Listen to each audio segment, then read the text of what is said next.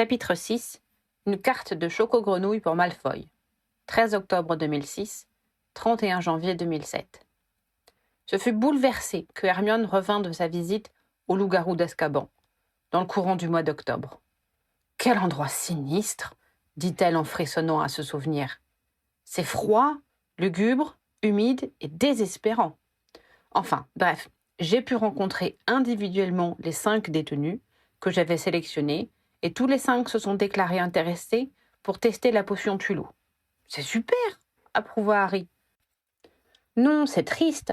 Ils semblent prêts à tout pour être délivrés de leurs conditions. J'ai eu l'impression qu'ils estiment tous normal d'avoir été emprisonnés à vie après avoir mordu quelqu'un.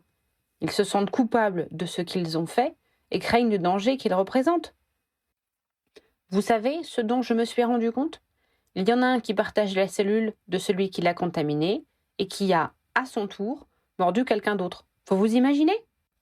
Harry ne préféra pas essayer. « De combien de cobayes as-tu besoin ?» demanda Ginny, tout en faisant faire son rôle à Albus, qui en était au milieu de cet été du soir. Funestar et Malfoy sont tombés d'accord sur 3 personnes pour commencer. Je vais leur faire passer une visite médicale et ne garder que ceux qui ont le meilleur état de santé. S'il en reste trop, on tirera au sort. Le premier essai fut mené à la pleine lune 3 semaines plus tard. Ce soir-là, Ron débarqua chez son ami et sa sœur, la petite Rose sous le bras. Il confia sa fille à Miffy, qui l'a mis sur une chaise haute à côté de James pour la faire manger. Harry et Ginny, qui étaient venus l'accueillir à la cheminée de la cuisine, l'entraînèrent dans le salon pour prendre un apéritif.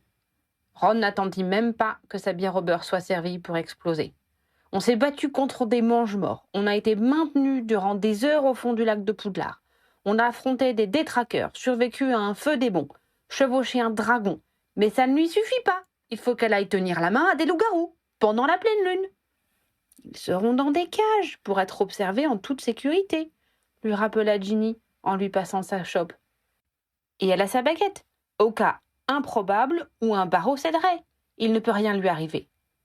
Tu ne dirais pas ça si c'était Harry qui était dans cette situation, la rembarra son frère en posant brusquement sa boisson sur la table basse. Il fait pire des fois, rétorqua Ginny. Tu crois qu'être chez les aurores est de tout repos ? Elle est la dernière à prendre des risques inutiles, ajouta Harry. Elle a sans doute tout prévu, même ce qui ne peut pas se produire. Vous ne l'avez pas entendu ces dernières semaines, insista Ron. Elle les voit comme des victimes d'une horrible malchance et maltraitées par la société. Elle ne réalise pas du tout à quel point ils peuvent être dangereux. Seulement sous l'effet de la pleine lune, limita machinalement Harry. C'est la pleine lune, hurla Ron. Ils ont pris la potion Tulou améliorée, tenta de le calmer son ami. Non, ils ont pris la potion de Malfoy, et en dose limitée en plus. Tu penses comme je suis en confiance, cracha Ron. C'est à elle que tu dois faire confiance, le tensa vertement Ginny. Contrairement à toi, elle n'a jamais rien fait de stupide, alors arrête de te conduire comme un gosse. Ron devint écarlate, et Harry crut qu'il allait injurier sa sœur. Il se contenta de lui lancer un regard assassin et de jeter à Harry. « Je n'ai jamais compris pourquoi tu as épousé cette harpie. » « L'amour fait accepter bien des choses, glissa Harry. « Ouais, tu l'as dit, grogna Ron, en inspirant profondément pour se calmer. Ma femme passe la nuit avec Malfoy et je ne demande pas le divorce. J'espère qu'elle réalise la chance qu'elle a. » Ils couchèrent les enfants avant de passer à table. En descendant à la cuisine, Harry chercha à analyser la raison de la haine tenace de Ron à l'encontre de Malfoy. Il est vrai que le Serpentard avait toujours été désagréable avec eux, voire carrément agressif. Mais Ron avait trop mûri pour se laisser influencer par les rapports qu'ils avaient eus alors qu'ils étaient enfants et adolescents.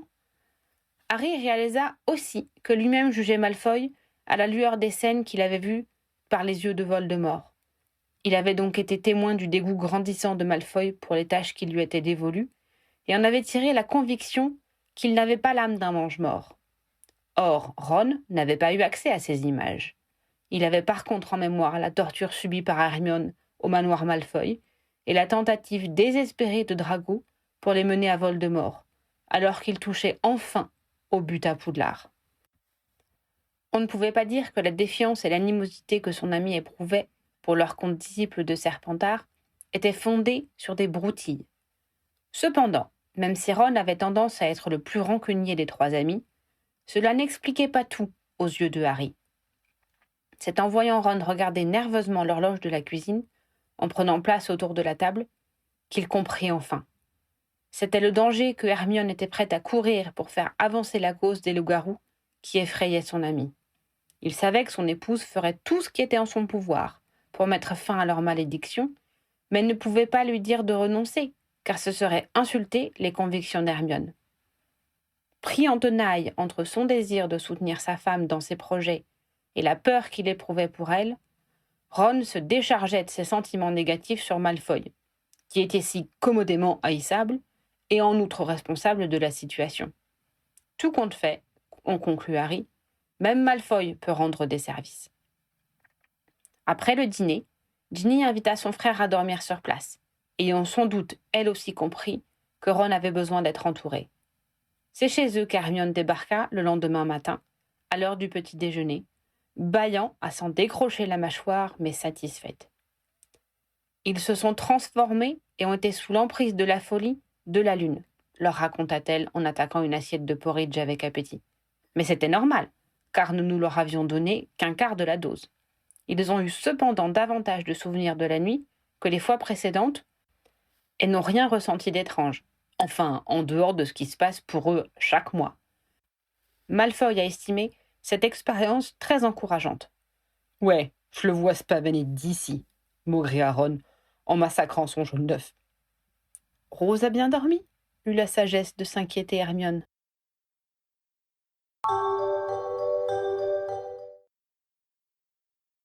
Au square Grimmauld, la vie se compliqua un peu.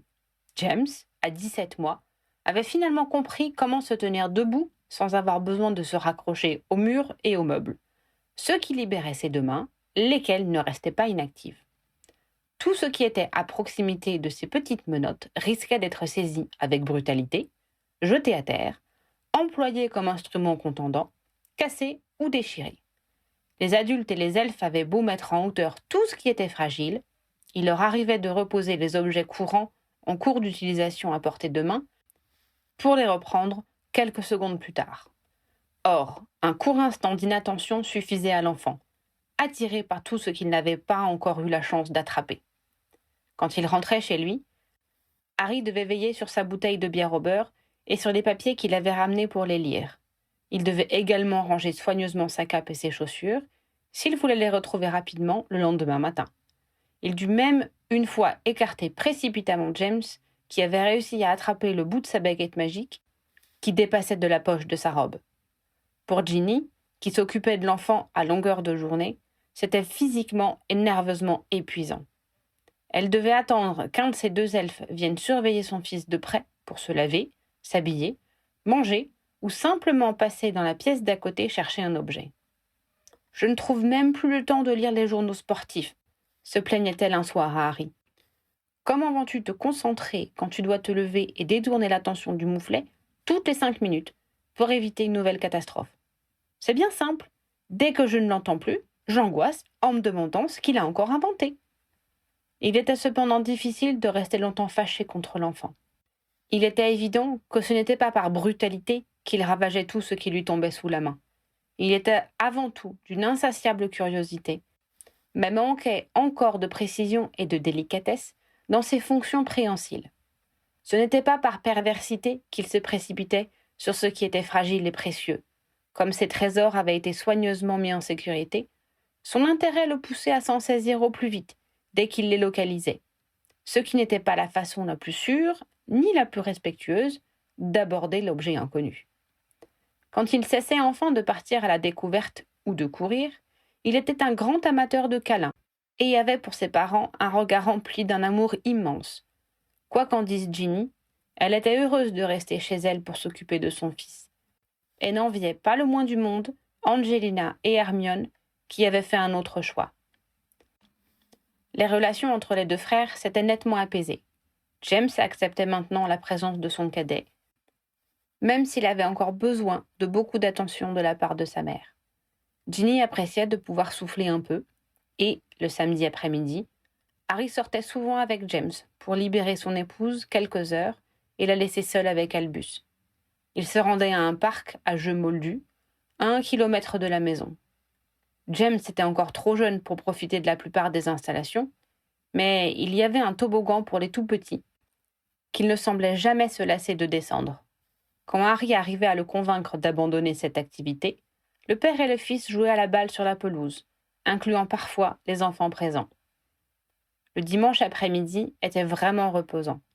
James était moins créatif, trop occupé à regarder les grands, Teddy, Victoire, Dominique et Freddy. De plus, il y avait pléthore d'adultes pour intervenir en cas de bêtise imminente. Et surtout, ce n'étaient pas leurs objets personnels qui vivaient dangereusement. C'étaient ceux d'Arthur et Molly, qui étaient notoirement d'une indulgence sans limite envers leurs petits-enfants. Bien occupé, tout autant au travail que chez lui, Harry avait l'impression de ne pas voir le temps passer.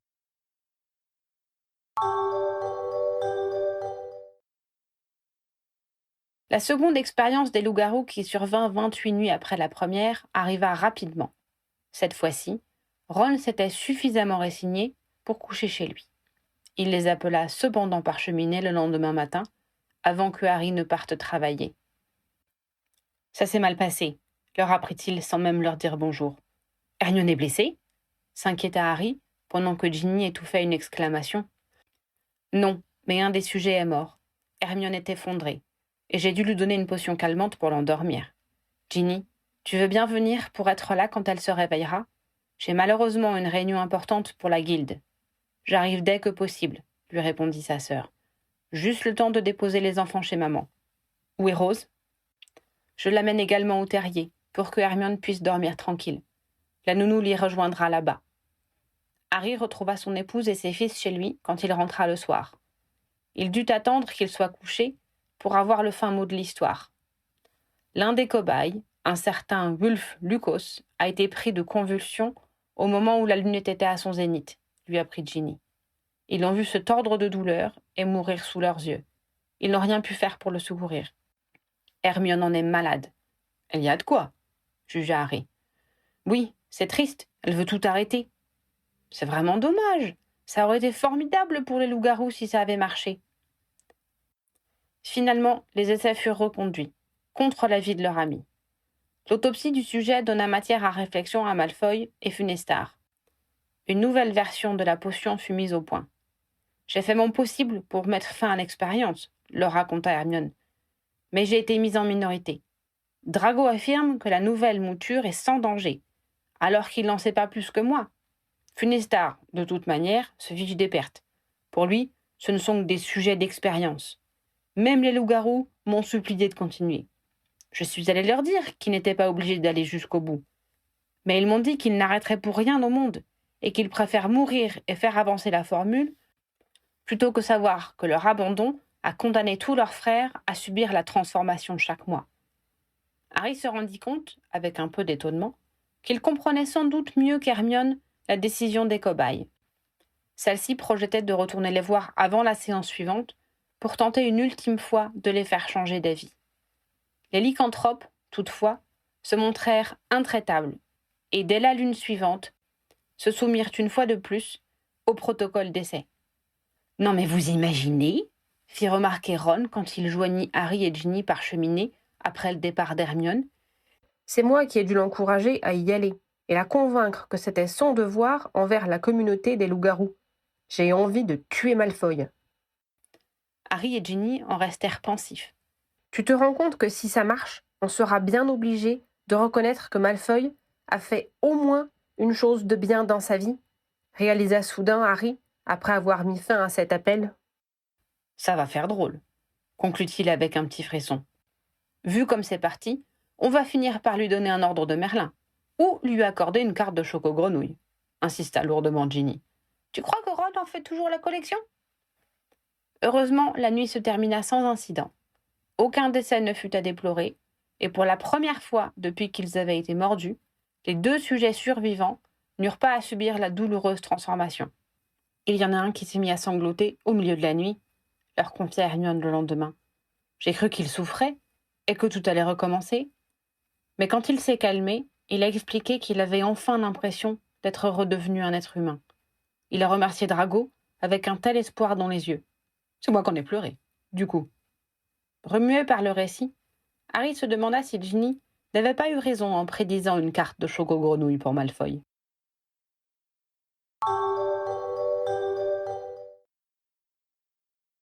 Avec la nouvelle année, le projet de loi sur lequel travaillait le département de la justice magique depuis des mois arriva enfin à son terme.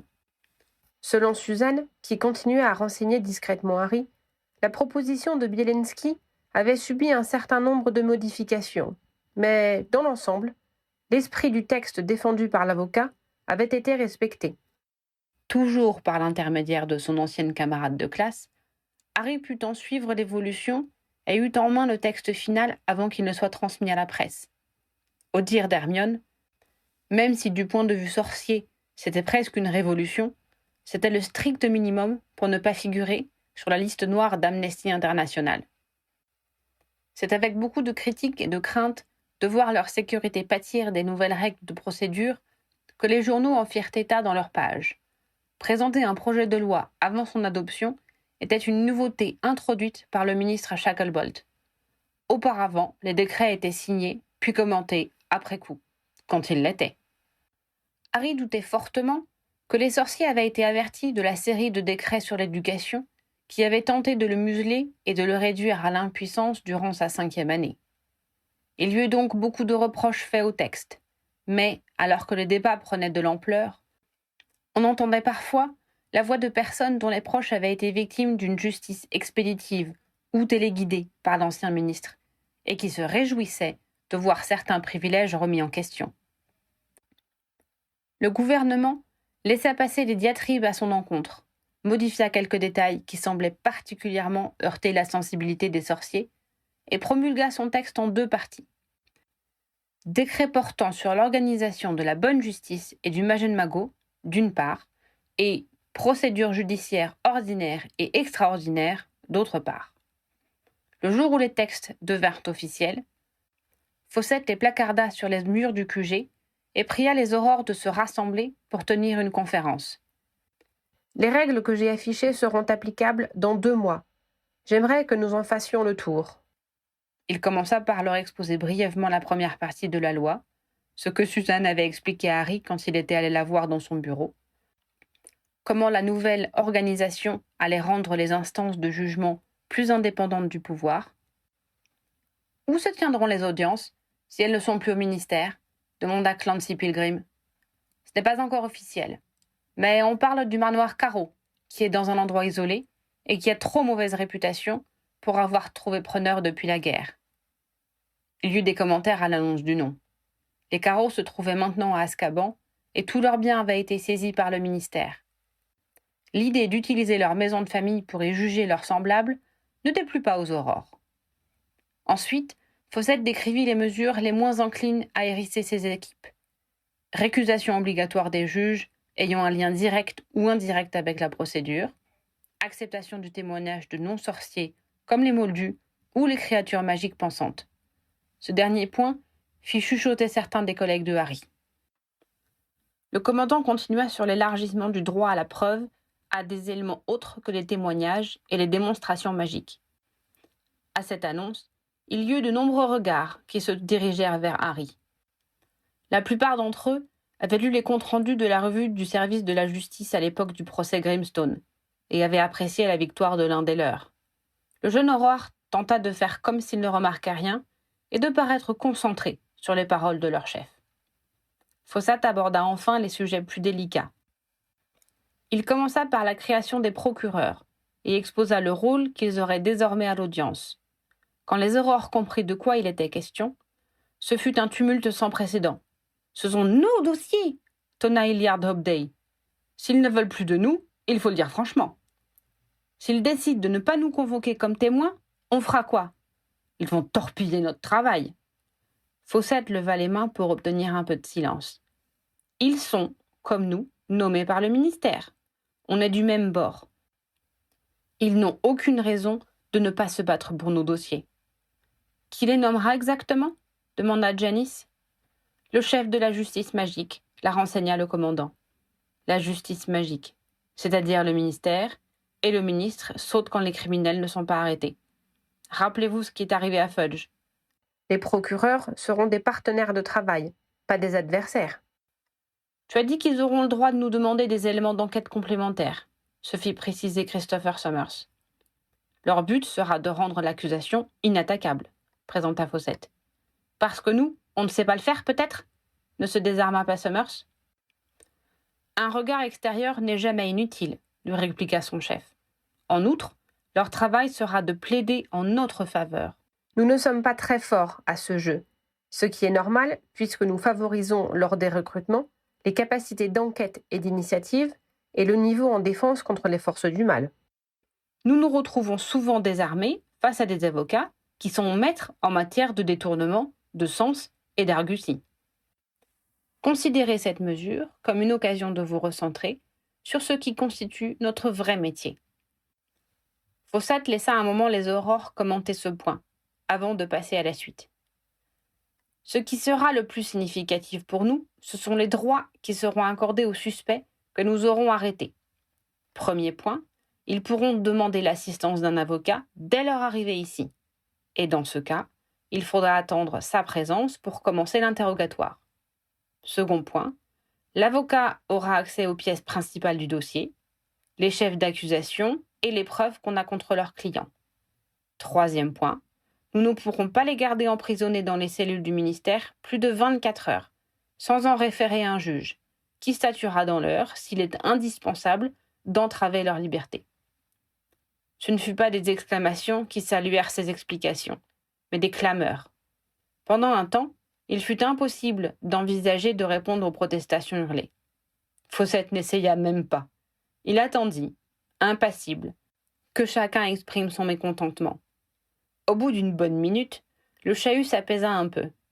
Le commandant tira sa baguette et en sortit des étincelles multicolores pour attirer l'attention de ceux qui criaient encore. Cela réduisit au silence les derniers protestataires. À l'exception de Muldoon, qui lança dans le calme revenu. « Moi, je vais rester au bureau. » À quoi bon arrêter les types si c'est pour appeler ensuite un avocat qui nous obligera à les relâcher ? N'exagérez pas les conséquences de ces mesures. La plupart de nos moustiques n'ont pas besoin d'avocats pour tenter de nous mener en bateau ou refuser de répondre à nos questions. Par ailleurs, cela ne s'applique qu'aux accusés que nous amenons ici et maintenons ici, de force. Ceux qui sont convoqués en tant que simples témoins, avec la possibilité de partir de leur gré, n'auront pas cette possibilité. « On va devoir leur dire leurs droits ?» demanda Michael Corner. « Pardon ?» répondit Fawcett. « Leurs droits, comme chez les Moldus. Aux États-Unis, par exemple, quand leur policier arrête un type, ils lui disent qu'il a le droit de garder le silence, qu'il peut appeler un avocat et que tout ce qu'il dira pourra être retenu contre lui. » Un silence assez stupéfait accueillit cette explication. « Je préfère rendre mon badge plutôt que d'être obligé d'expliquer aux ordures que j'arrête comment ne pas se faire condamner, » finit par commenter Hobday. Des hochements de tête indiquèrent qu'une grande partie de ses collègues pensaient pareil. « Vous êtes sûr que les Moldus chopent des criminels, des fois ?» persifla Muldoon. Fawcett consulta hâtivement ses notes et assura d'une voix soulagée. « Je ne vois rien qui y ressemble dans le texte. » Harry savait que la lecture des droits avait été proposée par Bielenski, mais que le conseil des chefs de département l'avait rejetée. Il était évident que cette disposition aurait été au-delà de ce que les aurores pouvaient accepter. Les avocats seront-ils autorisés de tout dire et tout faire pour nous contrer pendant les interrogatoires ? Ils peuvent révéler ce qu'on a dans nos dossiers à leurs clients, s'enquit Pilgrim. Il y a des limites, le rassura Fawcett. Si on estime qu'un avocat est lié à l'affaire, on peut le récuser et en faire venir un autre. Si un avocat dévoile en public ce qu'il a entendu pendant la séance, il peut perdre sa licence.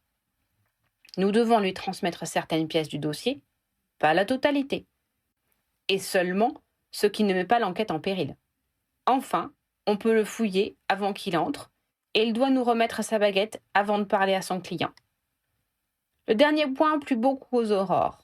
Non qu'ils craignent que les avocats usent de leur pouvoir magique contre eux, mais pour la symbolique. les salles d'interrogatoire restaient leur territoire. Et une fois qu'on les aura amenés ici, on ne pourra pas les garder plus de 24 heures, s'inquiéta Primrose Dagworth. On le pourra, si le juge nous le permet, tempéra Fawcett. Ce sera à nous de démontrer qu'on a de bonnes raisons de vouloir le maintenir en détention. Et si le juge décide sa libération? Rien ne nous empêche de le convoquer en tant que témoin. Il est rare qu'on n'ait pas des moyens de leur pourrir la vie s'ils refusent de revenir, rappela-t-il. Il y eut des sourires de connivence. Harry se dit que c'était la démonstration que les textes peuvent toujours être contournés par ceux qui ne voulaient pas les appliquer. Et ensuite, une fois qu'on est convaincu de leur culpabilité, il faudra quand même les relâcher? Demanda Albert Hurtz. Une fois de plus, c'est le juge qui décide si la dangerosité de la personne justifie un enfermement préventif jusqu'au jugement. Dans le cas contraire, il pourra prendre des mesures pour s'assurer que l'intéressé n'en profitera pas pour s'enfuir. Cela peut aller jusqu'à la confiscation de la baguette.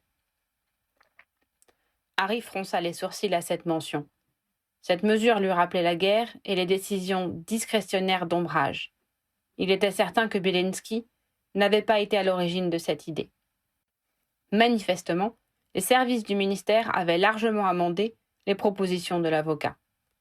Cependant, continua Fawcett, je pense que ceux que l'on soupçonne, éléments à l'appui, d'avoir tué quelqu'un ou qui se seront rendus coupables de magie noire, ne seront pas libérés sur parole. Cette mesure s'appliquera surtout pour les délinquants arrêtés par la police magique. Fawcett, considérant ce point comme clos, poursuivit. Il va quand même falloir être vigilant dans notre manière de monter les dossiers. L'idée de cette réforme est de moins s'appuyer sur nos conclusions et demander davantage de preuves concrètes. Il va falloir prendre l'habitude de mieux récolter les éléments matériels, prendre davantage de photos des lieux du crime. Il faudra également apporter des éléments qui confirment les dires de vos témoins pour ne pas laisser la défense minimiser leurs paroles. Comme si on n'avait pas assez de paperasserie et de rapports à écrire, protesta Simus. Fawcett fit un signe qui indiquait qu'il fallait s'y résoudre. Il aborda ensuite les derniers points de la réforme. Un condamné qui estime que justice n'a pas été faite peut demander à être rejugé. C'est un appel. Ce nouveau terme provoqua un autre tollé. Comment? Il faudra tout recommencer? On va les juger tant qu'ils ne seront pas d'accord avec la décision? Autant les relâcher tout de suite. S'il vous plaît, non. Il n'y a qu'un seul appel possible. Ce nouveau jugement pourra annuler la décision, mais aussi l'alourdir, ce qui va amener les avocats à réfléchir avant de solliciter ce droit. D'autre part, l'appel n'est pas suspensif de la peine, ce qui signifie que l'accusé ira à Azkaban jusqu'au second procès, qui doit intervenir dans les 2 mois à compter de la demande d'appel. Par ailleurs, l'appel est dans les 2 sens. Le procureur peut également demander un second jugement s'il estime que le premier a été trop clément. Comptez sur moi pour faire des demandes auprès de la justice magique si une telle chose se produit. Cette considération apaisa un peu les aurores. Un dernier point, reprit Fawcett. L'appel dont je viens de parler doit intervenir dans les 2 semaines qui suivent le premier jugement. Il y a une autre procédure amenant à rejuger une affaire, c'est la révision. Elle intervient sans limite de temps, mais doit justifier d'un élément nouveau, propre, à remettre en cause la première décision. Malgré lui, Harry hocha la tête d'un mouvement approbateur. C'était une bonne façon de réhabiliter ceux qui avaient été victimes d'une erreur judiciaire. Fawcett avait fait le tour des nouvelles règles applicables. Il y eut encore une série de questions de la part des Aurores pour préciser certains points ou exprimer leur désaccord. Le commandant répondit patiemment à chacun. Enfin, la réunion prit fin. Alors que les Aurores se dispersaient lentement, en commentant ce qu'ils venaient d'apprendre, Fawcett fit signe à Harry. « Potter, je peux te voir un moment ?» Harry ressentit un frisson de culpabilité. Son commandant avait-il eu vent de sa participation indirecte dans l'élaboration de ces décrets si controversés par ses collègues? En hâte, il rassembla ses idées pour tenter de se justifier aux yeux de sa hiérarchie. À l'invite de son chef, il s'assit et s'apprêta à défendre sa position. Mais Fawcett aborda un tout autre sujet. « Je pense que tu as compris que ces mesures vont rendre les juges plus regardants sur nos preuves, tant pour prononcer l'emprisonnement préventif que pour statuer sur la culpabilité. Tu as su montrer beaucoup d'inventivité et de pugnacité dans ton procès contre les Grimstone, et j'aimerais que tu mènes une réflexion sur la façon de présenter nos dossiers. Je voudrais que tu rédiges un rapport sur les actions à mettre en œuvre pour nous donner des chances de gagner nos procès malgré les nouvelles règles du jeu. »« Si vous voulez, » accepta Harry, heureux de s'en tirer à si bon compte. « Tu as carte blanche pour faire le nécessaire, » précisa Fawcett. « Si tu as besoin de temps, je mettrai Harper avec une autre équipe. »« D'accord, chef ?» le remercia Harry. « N'oublie pas que nous devons être au point d'ici 2 mois. C'est donc une priorité. »« Compris, chef. »« Parfait. Bonne chance. » Harry comprit que l'entretien était terminé. Il sortit et alla retrouver Owen, à qui il expliqua ses nouvelles fonctions. « C'est un drôle d'avancement, » jugea son partenaire. « Pourquoi ?» s'étonna Harry. « C'est juste une mission temporaire. »« Une mission qui te donne droit de regard sur les dossiers de toute la brigade, » lui fit remarquer Owen. « C'est comme si on te confiait le commandement d'une troupe d'assaut. »« Cela ne concernera que du travail de bureau, pas le terrain, » le contredit encore Harry. « Ça, c'est la mauvaise nouvelle, » reconnut Owen. « Si tu veux mon avis, c'est encore plus casse-gueule qu'une opération à mener. On va te rendre responsable de tous les dossiers qu'on va perdre. »« Génial, » soupira Harry. « Tu n'as que ce que tu mérites, » décréta son coéquipier. « Après tout, c'est à cause de toi que ce maudit Belensky a présenté ce projet au ministère. »« Pardon ?» bredouilla Harry, qui se demandait comment il s'était trahi. « Oui, c'est sûrement le procès du gamin maltraité qui lui a donné des idées. »« Ah !» souffla-t-il en tentant de masquer son soulagement. « Ne le fais pas trop remarquer, d'accord ? Je n'ai pas envie que toute la brigade me tombe dessus. On voit bien que tu n'es pas complètement contre, tu sais. Mon parrain a été emprisonné des années sans même avoir été jugé, et on a failli me confisquer ma baguette dans un procès qui n'avait rien d'équitable. Alors même si cela m'ennuie en tant qu'Aurore, j'ai tendance à penser que ces nouvelles dispositions constituent quand même un progrès. » Harry réalisa avec confusion qu'il avait élevé la voix et que tous leurs voisins immédiats avaient profité de sa tirade. Il ne douta pas que ce serait commenté par tout le monde dans l'heure qui suivrait. Au moins, il n'aurait plus à faire semblant d'y être opposé. « Tu savais que cela arriverait après ta façon de présenter l'affaire du gamin ?» s'étonna Owen. « Non, » répondit Harry avec sincérité. « Pour être franc, la plaidoirie de Belensky m'a fortement agacé, et je n'ai pas obtenu de ce procès autant que je l'aurais voulu. J'étais en colère contre lui en sortant du tribunal. Mais ce n'est pas pour ça qu'il a forcément tort. Tente quand même de faire en sorte qu'il n'ait pas trop souvent raison quand il s'opposera à nos dossiers, » suggéra Owen d'une voix ironique.